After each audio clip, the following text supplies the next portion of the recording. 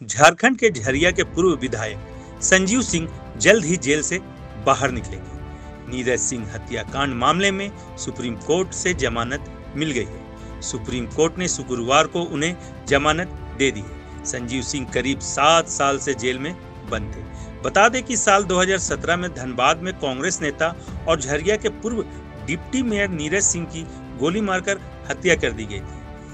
इस हत्याकांड में संजीव सिंह मुख्य आरोपी बनाए गए थे। तभी से वे जेल में थे और लगातार जमानत याचिकाएं दायर कर रहे थे, लेकिन निचली अदालत और हाई कोर्ट से राहत नहीं मिल रही थी। अब सुप्रीम कोर्ट ने इस मामले में संजीव सिंह की जमानत याचिका स्वीकार कर ली है और उन्हें सशर्त जमानत दी गई है। कोर्ट ने अपने आदेश में कहा है कि मामले की सुनवाई लंबी खींचती जा रही है और संजीव सिंह पहले ही काफी समय से न्यायिक हिरासत में है। सुनवाई के दौरान संजीव सिंह की ओर से उनकी सेहत का भी हवाला दिया गया।